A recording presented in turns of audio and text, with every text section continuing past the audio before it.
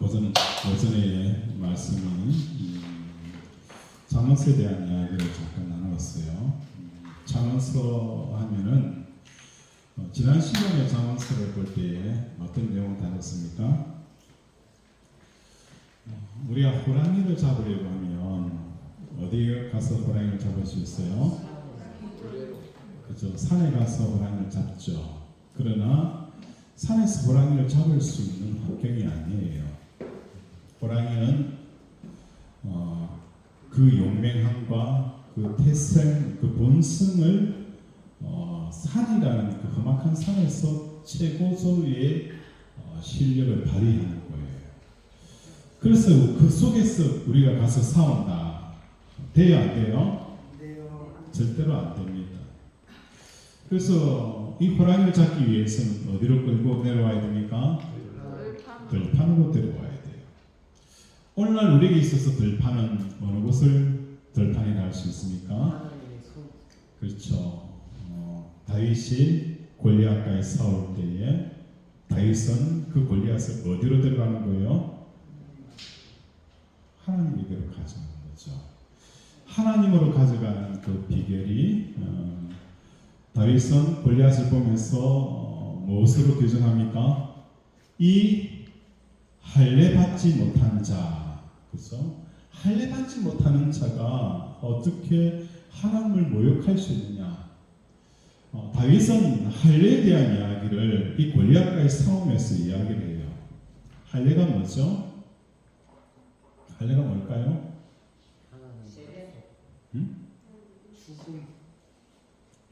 할례?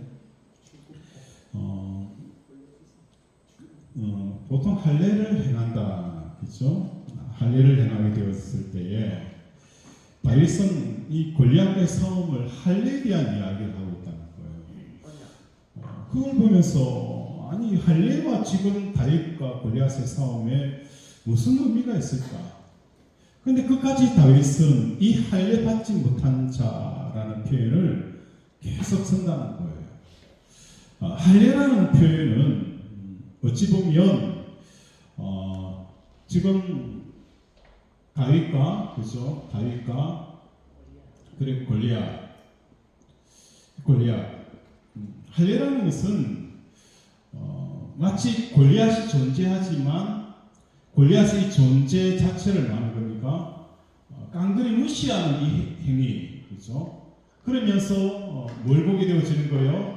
보이지 않는 하나님을 보는 것이 다윗에게는 뭡니까? 할례 정신이다. 할례 정신. 다윗은 골리앗을 마주하고 있지만 골리앗 자체에 대해서는 뭐 하는 거예요? 마치 없는 것처럼 여기면서 오직 뭐 하는 거예요? 하나님만 보는 이 신앙이 할례 신앙이라는 겁니다. 우리에게 할례 신앙이라고 표현할 수 있다는 것은 지금 우리에게 어마어마한 문제가 존재해요. 그러나 이 문제에 대해서 뭡니까?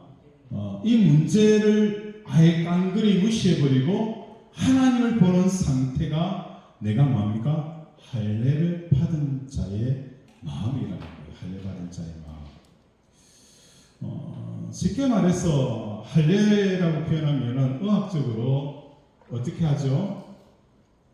의학적으로 할례는 8일 만에 난 아이의 그죠? 성기의 표피를 잘라요. 표피를 자른다. 그죠? 표피를 자른다는 것은 무엇을 말하는 것일까요? 왜 하나님께서 언약을 맺을 때에 표피를 잘라라 했을까? 왜 잘라라 했을까요? 자, 마치 이 지구라는 곳에 하나님이 그죠? 하나님이 비행기를 표현합시다. 비행기인데 이 비행기가 이 땅에 내려와서 빙빙 돌아요. 왜 돌까요? 착륙할 곳을 보잖아요. 착륙할 곳을. 비행기가 쭉 돌고 있지만 계속 돌아도 많은 거예요. 왜 도느냐? 착륙할 곳을 쭉 찾는 거예요. 하나님의 눈은 그죠? 온 땅을 두루 감찰하사. 두루 감찰하는 이유가 뭐죠? 사람을 찾는다는 거예요. 어떤 사람? 전심으로 자기를 향하는 자를 찾으시라니. 두루 그죠? 한 바퀴도 아니고 두 번, 세 번 계속 돌아요. 어찌 보면 전 세계 인구를 나눈 거예요. 스캔을 쫙 해요. 스캔을 하면서 전심으로 자기를 향하는 자들을 찾고 있다는 거예요. 찾고 있다는 거예요. 그런데 이 비행기가 착륙하려고 돌아다니도 뭐 하는 거예요? 착륙할 수 있는 활주로가 있어야 됩니까? 있어야 돼요. 활주로가 없는 거예요. 왜 활주로가 없어요? 모든 사람들은 이 세상에 그죠? 이 세상의 것들로 말미암아 덮여 있어요. 덮여 있다는 거예요. 그러니까 하나님의 말씀이 와서 착륙할 수 있는 그 공간 자체가 없다는 거예요. 봄 되면 나무들을 가지고 뭐 붙이기만 하죠? 접붙이기를 많이 해요. 접붙이기. 그죠? 사도 바울도 돌배에다 말한 거예요. 접을 붙이는 것처럼 접붙임에 대한 이야기를 하고 있어요. 접붙이기 하기 위해서 필요한 게 뭐죠? 나무의 표피를 잘라야 돼요. 이 나무의 표피를 자르고 저 나무에 뭐 하는 거예요? 표피를 잘라서 어떻게 하는 거예요? 꽉 붙여서 그죠? 꽉 묶어두면 그 표피에서 그죠? 잘려나간 표피에서 새로 붙은 표피에서 뭐가 나옵니까? 순이 나와요. 순이 나와서 가지가 번창하고 열매를 맺으면 이 열매는 어떤 열매가 맺혀요? 접붙인 나무에 열매가 맺힌다는 거예요. 다시 말해서 하나님이 이 땅에 착륙하려고 임하게 되었을 때에 이 말씀이 그죠? 이 하나님의 말씀이 내려오려고 하니까 아무도 많은 거예요. 세상의 것으로 세상의 가치관으로 덮여 있다 보니까 이 말씀이 내려올 곳이 없다는 거예요. 빙빙 돌아요. 이 부분이 잘려져 나가게 되었으면 하나님 말씀이 많은 거예요. 활주로처럼 탁 붙는다는 거예요. 그래서 하나님께서는 이스라엘 백성들의 언약의 표시로 뭘 한 거예요? 할례를 했는 거예요. 표피를 잘라라. 덮여져 있는 이 세상의 가치에서 표피가 잘려져 나가야 그 속에 뭐 하는 거예요? 하나님의 말씀이 탁 붙어있고 그 말씀에서 뭐 하는 거예요? 배가 진짜 참배가 되어지는 역사가 일어나는 거예요. 그래서 이 할례라는 것은 잘라내는 거예요. 세상에 덮여져 있는 이 가치관에서 잘려져 나가야 그 속에서 하나님의 말씀이 그죠? 탁 붙어서 새순이 돋는 역사가 일어나는 거예요. 이러한 할례 의식, 그죠? 오늘날 이 땅에 보이는 이 모든 골리앗에 대해서 말하는 거예요. 잘려져 나가고 그 속에 뭡니까? 하나님의 말씀이, 그죠? 하나님의 살아계심이 안착할 수 있는 것은 뭡니까? 오늘 우리가 보이는 이 상태에 대해서 과감히 많은 겁니까? 마치 존재하지 않는 것처럼 여길 수 있는 이 마음이 할례가 되었습니다. 그것이 기적의 시작점이 되었습니다. 그것이 하나님의 역사의 시작점이 되었습니다. 다윗도 마찬가지로 그렇게 역사하셨잖아요. 골리앗이 있지만도 그렇죠? 골리앗의 그 두려운 마음들이 다윗의 마음에 있었지만 그 부분을 잘 잘라서 나갈 때에 그 속에 뭐합니까? 하나님의 말씀이 들어와서 하나님께서 그 말씀을 통해서 역사하게 되어진다. 하나님의 말씀은 오늘 우리에게 그냥 아무것도 없는 상태에서 역사할 수도 있어요. 그런데 하나님께서 원하시는 것은 그렇게 하는 것이 아니라 우리 뭘 보기를 원하는 거예요? 이 믿음을 보기를 원하는 거예요. 믿음. 하나님께서는 그 믿음을 통해서 우리에게 뭐 하는 거예요? 역사하시길 원한다는 거예요. 지금도 중동에 가면 많은 사람들이 죽게 돌아오는 역사가 일어난다고 해요. 선교사님들이. 그 사람들이 왜 예수를 믿게 되어졌냐? 누가 전도한 사람도 없어요. 그런데 그들이 왜 예수를 믿겠고 교회를 하게 됐냐 물어보면 꿈을 통해서 하나님이 보이기 시작하고 교회가 보이기 시작하고 그래서 그들이 뭐 하는 거예요? 교회를 찾아온다는 이런 이야기를 들은 적이 있어요. 하나님은 그렇게 역사할 수 있어요. 얼마든지 하나님의 그 신성과 권세와 권능을 사람들에게 보여서 그 사람들이 죽게 돌아올 수도 있게 해요. 그런 방법도 취하지만 하나님께서 또 어떤 방법을 취하는 거예요? 선교사들을 통해서, 그렇죠? 전도자들을 통해서 역사하신다는 거예요. 하나님 모태스가 아니에요. 너희가 안 나가면, 너희가 전도 안 하면 하나님께서는 누구를 통해서 어떻게라도 그 사람을 전도하게 하실 수 있어요. 그러나 하나님께서는 그렇게 하실 수 있지만도 많은 거예요. 우리가 전도하기를 원하고, 그렇죠? 우리가 복음 전하기를 원하시는 분이 우리 하나님이세요. 그래서 뭐 하다가 이렇게 또 나갔어요, 그렇죠? 그래서 조호 이상 호랑이를 산에서 끄집어낸다. 이 산에서 끄집어낸다는 것은 잠언서에서는 이렇게 표현하는 거예요. 여호와를 뭐 하는 거예요? 경외하는 거, 경외하는 거. 그렇죠? 이 경외하는 것이 호랑이를 끄집어낼 수 있는 방법이라는 거예요. 이 경외하는 것이 참 뭡니까? 지혜라는 거예요. 지혜라는 것은 하나님을 경외하는 것인데 이 경외함이 오늘 우리 삶 속에서 뭐 하는 겁니까? 호랑이를 하나님 앞에 데려오는 거예요. 하나님 앞에 들어오는 이 지혜는 뭡니까? 호랑이보다도 뭐가 더 크게 보여야 되는 거예요? 하나님이 크게 보여야 되는 거예요. 하나님이 크게 보이기 위해서는 어떻게 해야 되는 거예요? 하나님을 경외해야 된다고. 하나님을 경외해야 하나님이 크게 보이는 거예요.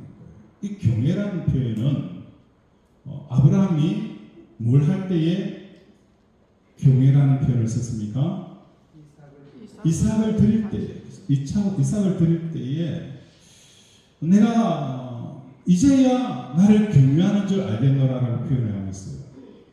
이제야 나를 경외한다는 것은 이삭 없이도 삶을 살 수 있지만 하나님 없이는 뭐 하는 거예요?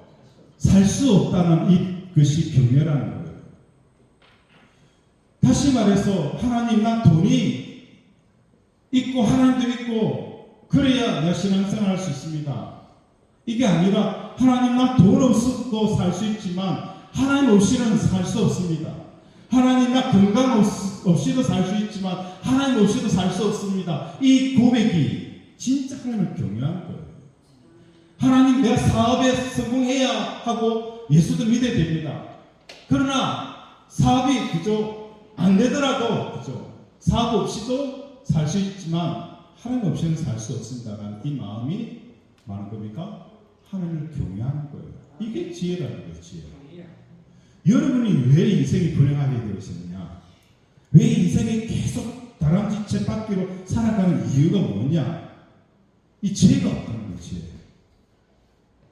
이 지혜는 어디서 나오는 거예요? 하나님을 경외하는 데서 나오는 거예요. 나는 이것도 있어야 되고 이것도 있어야 된다.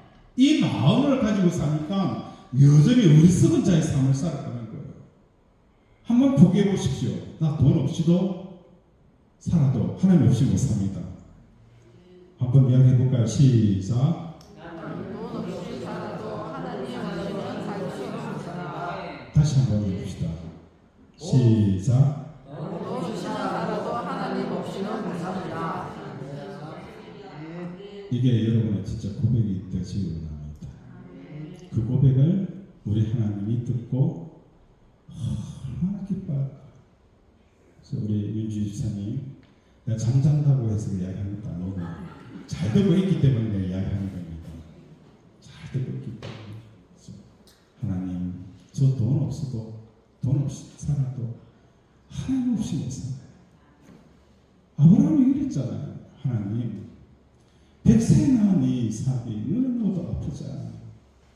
정말 내 목숨 같은 존재예요. 그러나 이 이삭 없이는 사는 게 사는 것 같지 않겠지만 나 하나님 없이는 못 삽니다. 이 고백을 하나님이 듣고 얼마나 기뻐했을까. 아마 우리 하나님이 춤을 두둥두둥 아마 췄을 거예요. 다윗이 복귀가 돌아왔을 때 춤을 췄던 것보다도 더 하나님께서 많은 거예요. 춤을 췄다는 거예요. 하나님이 나의 현실이 되어지는 건 다른 게 아니에요. 하나님을 경외하는 것. 그렇죠. 그럴 때에 우리 눈에 뭐만 보여요? 하나님만 보이는 거예요. 하나님만 보이는 거예요. 하나님만 보이니까, 그렇죠? 거대한 산도 많은 거예요. 보입니까? 안 보입니까? 안 보이죠. 배는 게 없다잖아요. 배는 게 없다. 여러분은 세상에 대해서 뭐 하는 거예요? 배는 게 없어야 돼요. 우리 강한 사람도 많은 거예요. 여러분은 배는 게 없어요. 저는 배는 게 없네. 하루 강아지 뭐 하는 거예요? 겉무서운 줄 모르는 삶을 살아야 돼요. 왜? 하나님을 경외하게 되어집니까? 하나님을 경외하게 되어집니까? 하나님을 보이는 거예요. 그러니까 세상에 무서운 게 없잖아요. 하나님, 그죠? 우리 김영 목사님 기도를 참 또렷하게 잘 하셨어요. 그러면서 그 내용 가운데 뭡니까? 미국과 이란의 전쟁, 그것으로 말하면 유가가 지속되죠.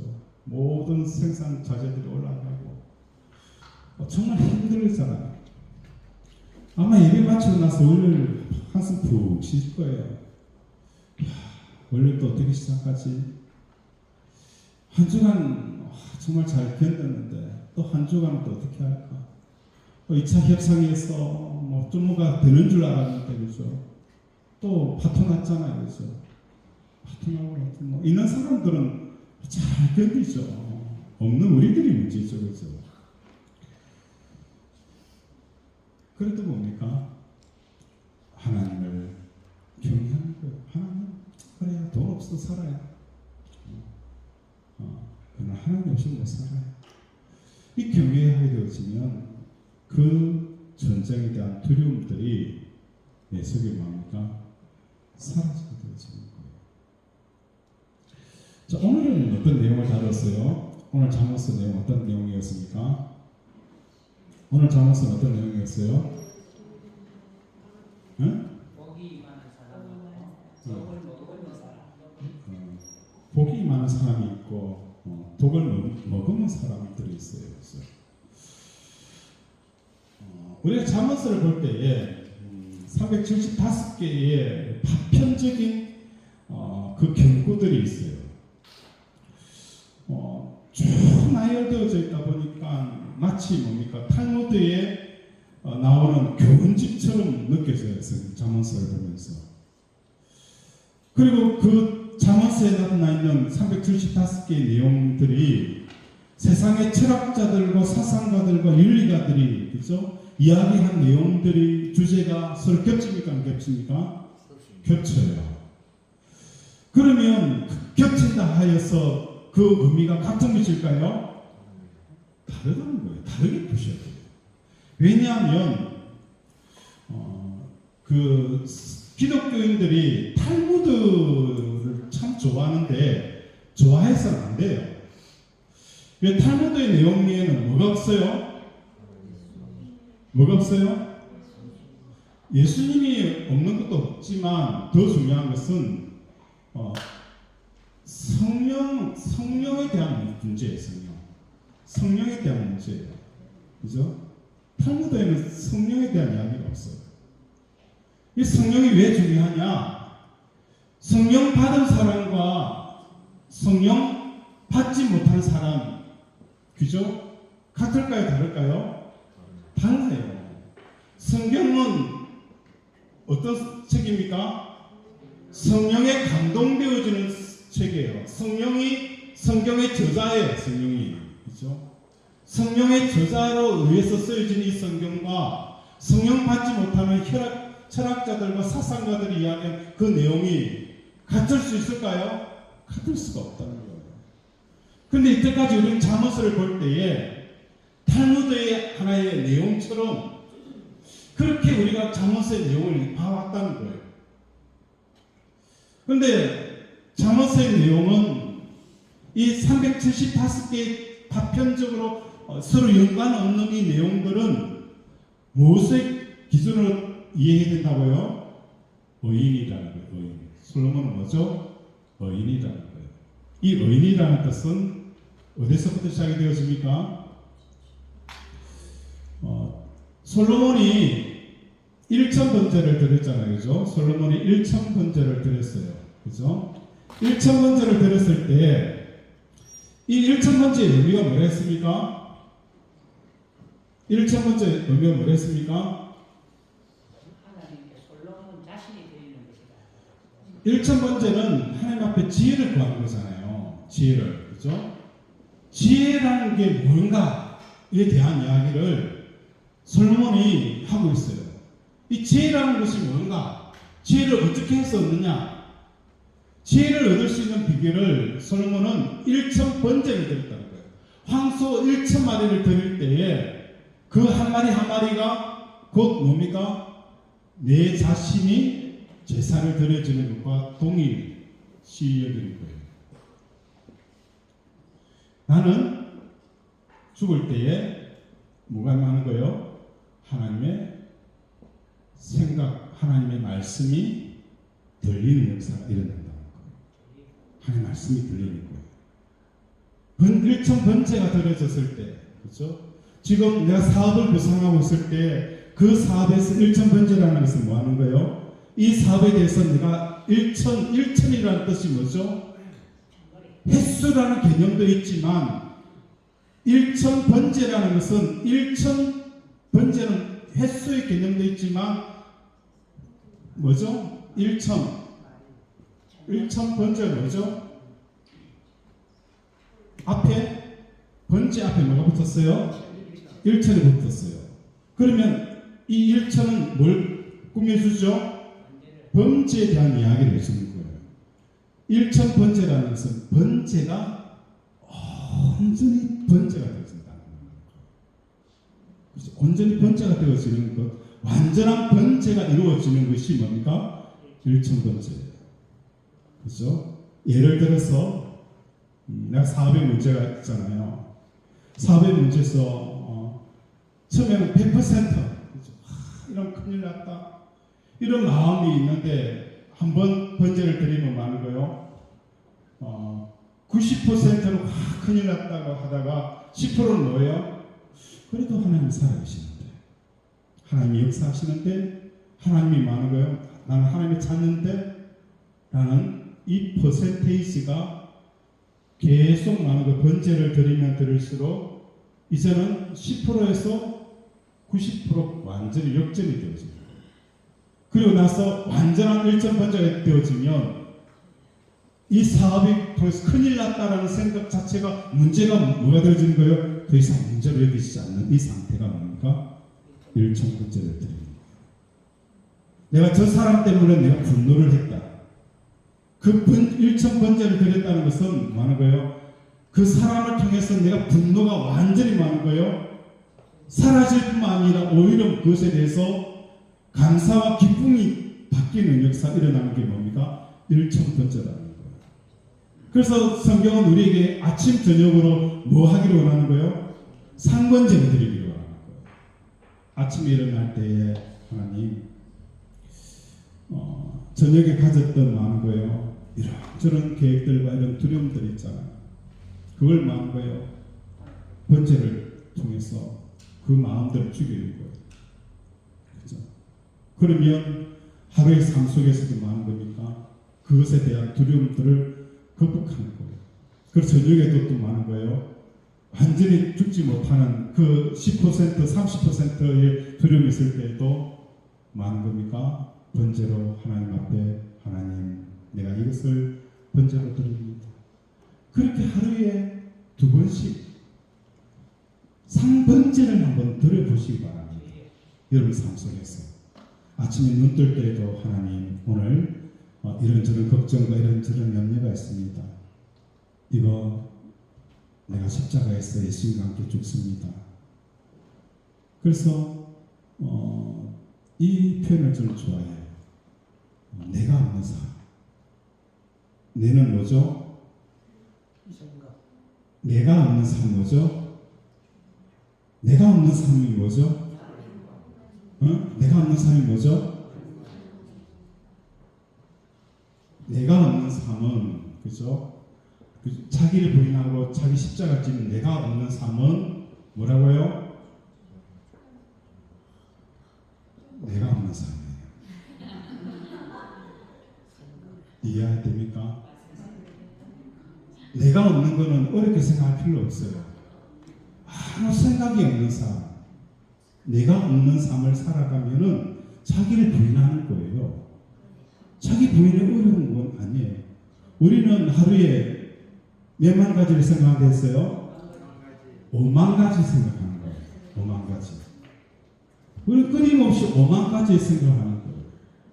오늘날 힐링의 프로그램 중에 하나가 뭔지 아십니까? 힐링 프로그램 중에 하나가 뭔지 아세요? 멍 때리기. 멍 때리기. 많은 심리학자들이 이야기하죠. 뇌를 쉬게 해라. 뇌를 쉬게 해라. 끊임없이 사람들은 그 뇌를 혹사시키는 거예요. 육신을 혹사시키는 것 갖고 사모가 저한테 이야기해요. 너무 그죠? 육신을 혹사시키지 마라.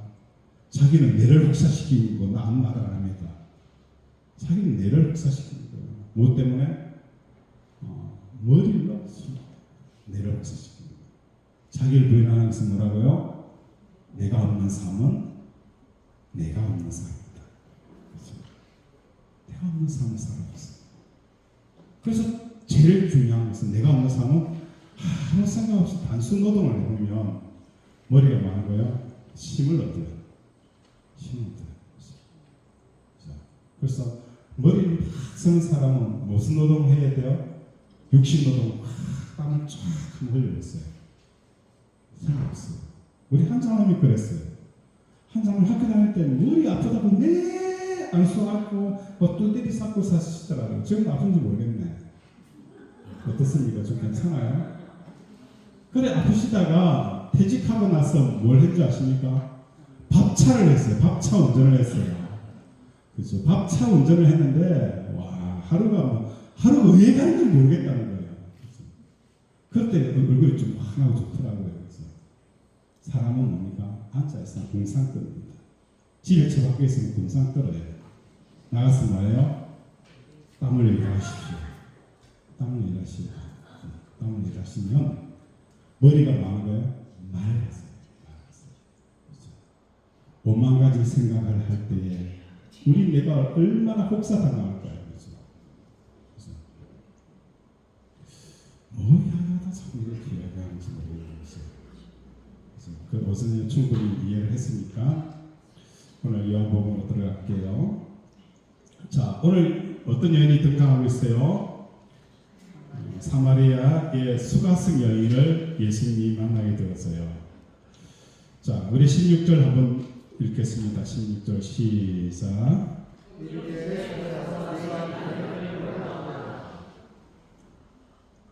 자, 16절에 가서 내 남편을 불러오라.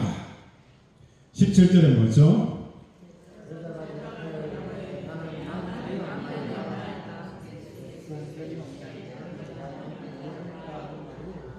남편이 뭐 하는 거예요? 없다는 거예요. 그럼 지금 살고 있는 건 뭐예요? 17절에 자 18절에 보면 봅시다. 시작.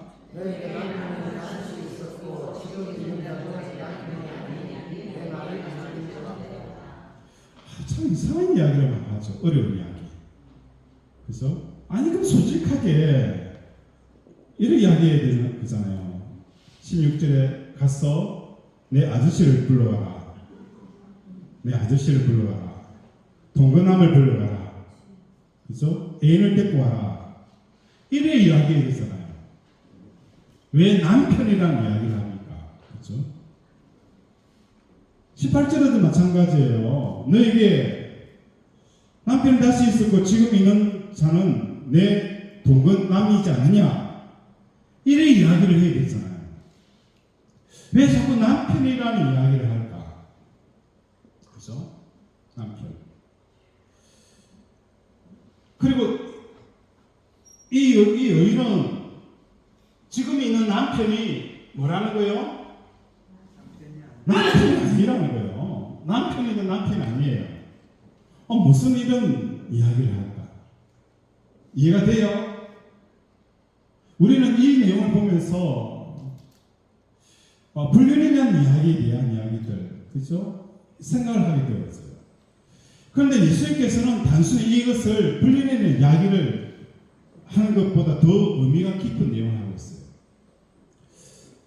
이 여인에게 있어서 고대 이스라엘 땅에 그때 당시 남편은 여자에게 무엇이었어요? 뭐였습니까? 남편의 역할은 뭐였죠? 여자에게 있어서 안식이었고 기쁨이었고, 그렇죠? 만족이었고 행복을 주는 대상이 누구라는 거예요? 남편이었어요. 다시 말해서 이 여인에게 있어서 남편이 있다는 것은 단순히 육신의 남편에 대한 이야기가 아니라 그때 당시에 남편은 여자에게 행복과 기쁨과 만족을 줄 수 있는 유일한 대상이 남편 말고는 없었어요. 그런데 이 여인이 정말 여인에게 있어서 행복과 기쁨과 만족을 주는 사람이 남편인 줄 알았는데 뭐라는 거예요? 남편이 아니다는 이야기는 주님, 이 남편이 나에게 기쁨과 만족과 행복을 주는 자가 아니라는 것을 오늘 이 여인이 아는 겁니까? 경험하게 되어진다. 경험하게 되어진다. 그러면서 이 여인이 누구를 만나게 되어지는 거예요? 예수님을 만나게 되어지는 거예요. 예수님을 만나게 되어지는 거예요. 자, 남편이 통해서 기쁨을 얻고 남편을 통해서 행복하고 남편을 통해서 그죠? 만족할 수 있는 그 대상 자체가 없는 여인. 그래서 나는 남편이 뭐 하는 거예요? 없다. 우리 여성님께서 한번 답변할까요? 자, 함께 시작합니다. 시작. 우리 박무사님 했어요? 네. 네. 정확한 제 의도를 캐치했네요. 다시 한번 할까요? 시작. 김승희 선생님 똑바로 안 하네. 그래, 이 여인이 나는 남편이 없다. 그렇죠? 이것은 영적인 의미가 더 깊은 거예요. 사람을 통해서 기쁨과 만족과 행복을 얻으려 했는데 결국은 많은 거예요. 한 번 바꾸고 두 번 바꾸고 세 번 바꾸고 그 기고 산 삶은 어떻게 되어지는지는 이해는 못하겠지만 성경은 그것에 대해서 기록하고 있지는 않지만 그 삶을 보면서 얼마나 악착같이 몸부림쳤는가를 알 수가 있게 되었어요. 이 기쁨과 만족을 얻기 위해서 그녀가 할 수 있는 모든 방법들을 다 동원한 거예요. 마치 야곱이 말한 거예요. 형이 가지고 있는 장자의 명분을 가지면 행복할 줄 알았는데 그 장자의 명분을 가지고도 많은 거예요. 결국은 강야로 버림당하서 버림당하서 오늘 우리의 삶도 마찬가지예요. 이 땅에 진짜 만족과 기쁨을 줄 수 있는 게 있어요, 없어요? 있습니다. 그렇죠. 이 세상에 없습니다. 그렇죠. 예. 우리 장로는 좀 더 시험 당하셔야 될 것 같은데 산전수전 더 클 것을 이 세상에는 만족과 기쁨과 행복을 줄 수 있는 것이 없어요. 오직 누구밖에 없어요? 하나님밖에 없다. 이걸 우리가 세상을 다니면서 경험한 오랜 세월 동안 나 찾았네. 그래서 오랜 세월 동안 우리는 방황해요.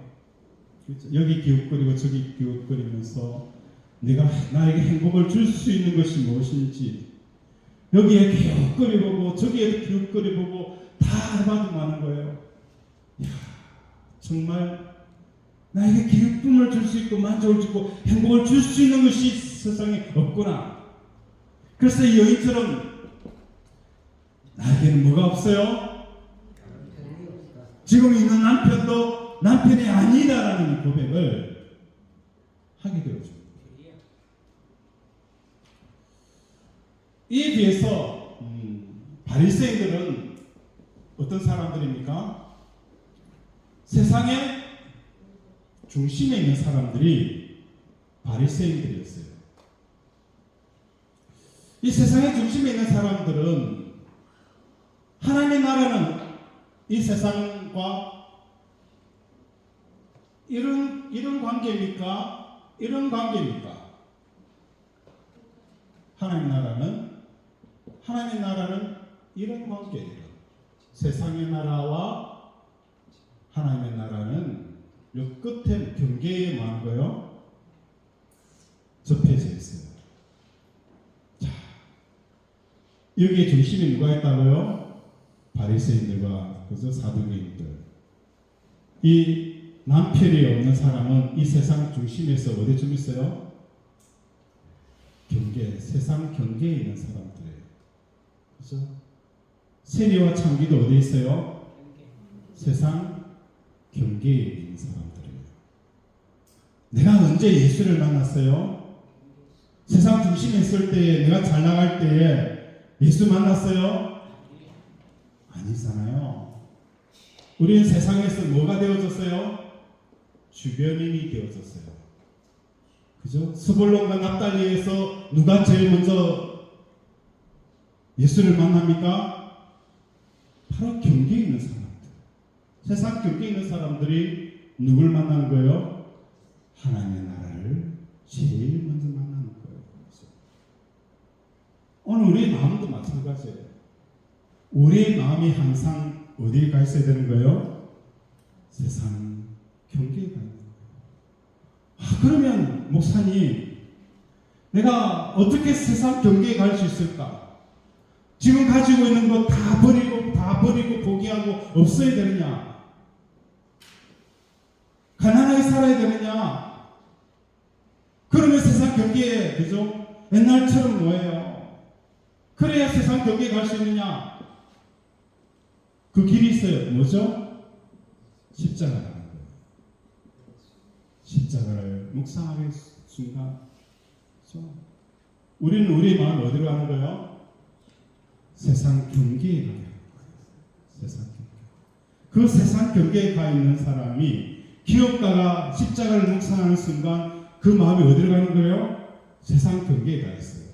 그러면 어떤 현상이 생기느냐? 지금 어마어마한 돈을 가지고 있지만 그 돈 때문에 많은 거예요? 사람들 앞에 뻑이지 않아요. 자랑질하지 않아요. 그렇죠? 돈이 없다고 해서 많은 거예요? 비굴하지 않아요. 그죠? 세상에 가지지 못한 것 때문에 교만하거나 우쭐대거나, 그죠? 비굴해하지 않는 삶을 살게 하는 것이 뭡니까? 십자가라는 거예요. 그죠? 그래서 이 돈을 의지하는 것도 아니고 사람을 의지하는 것도 아니고 늘 많은 거예요. 마음이 세상 경계에 우리를 두게 하는 것이 뭡니까? 십자가라는 거예요. 십자가라는 삶이죠. 그럴 때 그곳에서 뭐가 임하는 거예요?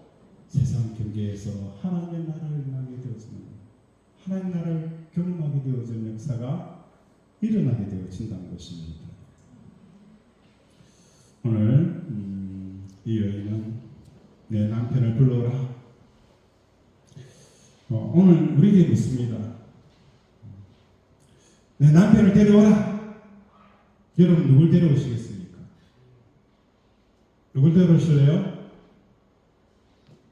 내 남편을 데려오라 했을 때 여러분 누굴 데려갈 수 있을까요? 한번 생각해 보세요. 떠올려보세요.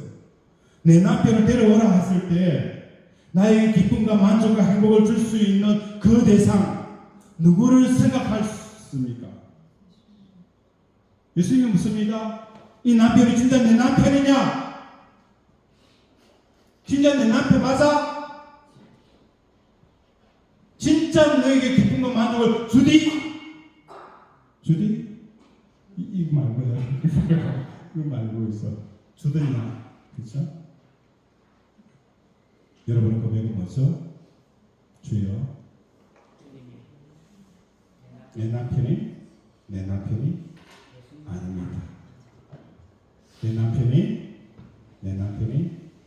아닙니다. 그렇죠? 이 고백이 저와 여러분이 하기를 원합니다. 다시 한번 하겠습니다. 내 남편이 아닙니다. 평생 기쁨을 주는 그 대상, 그죠?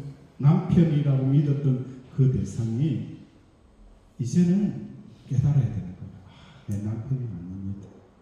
아니, 내 남편이 아니었습니다. 오직 주님이 내 남편입니다. 그걸 고백하기를 원합니다. 말씀을 생각하며 함께 기도합니다. 하나님, 오늘 이 여인에게 찾아오셔서 내 남편을 데려오라. 오늘 나는 누굴 데려갈 것인지, 나는 누굴 데려갈 것인지, 그리고 그 남편이라고 했을 때 과연 이 남편이 과연 너의 남편이냐라고 물었을 때 우리의 답변이 뭔지, 그리고 이제는 내 남편이 누군지 고백하는 우리들이 되기를 이 시간 주여 삼창 부르면서 함께 기도합니다. 주여, 주여, 주여. 아버지, 아버지,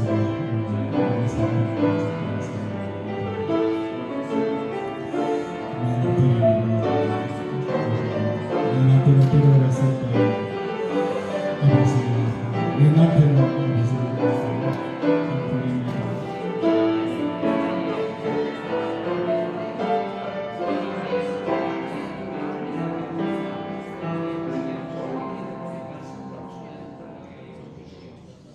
하나님, 내 남편을 데려라 라고 했을 때 내 남편은 지금 있는 남편이 아닙니다. 예수님께서 말씀하셨습니다. 너에게 남편 5이 있었고, 나에게 남편 5이 있었고, 나에게 기쁨과 만족과 행복을 줄 수 있는 그 5가지들이 있었지만 지금 있는 자도 내 남편이 아니니 내 말이 참되도다. 하나님, 이제 진짜 고백할 수 있습니다. 진짜 내 남편은 오직 하나님밖에 없었습니다. 이 고백을 하게 하여 주심을 감사드립니다. 이제는 헛된 것조차 아버지 인생 낭비하지 않게 하시고 힘 낭비하지 않게 하시고 하나님만을 붙들고 나가는 우리 권속들 되게 도와주시옵소서. 아멘. 일주일 삶을 하나님 손에 의탁합니다. 하나님, 골리앗이 눈에 보이지만 하나님을 경외함으로, 하나님을 사랑함으로 골리앗이 보이지 않는 삶 살게 하여 주시옵소서. 아멘. 그래서 우리 인생의 골리앗 같은 문제들이 한순간에 넘어져 버리는 이 기적들을 지원케 하여 주시옵소서. 아멘. 오늘도 함께 하여 주심을 감사드리오며 예수 이름으로 기도드립니다. 아멘. 아멘.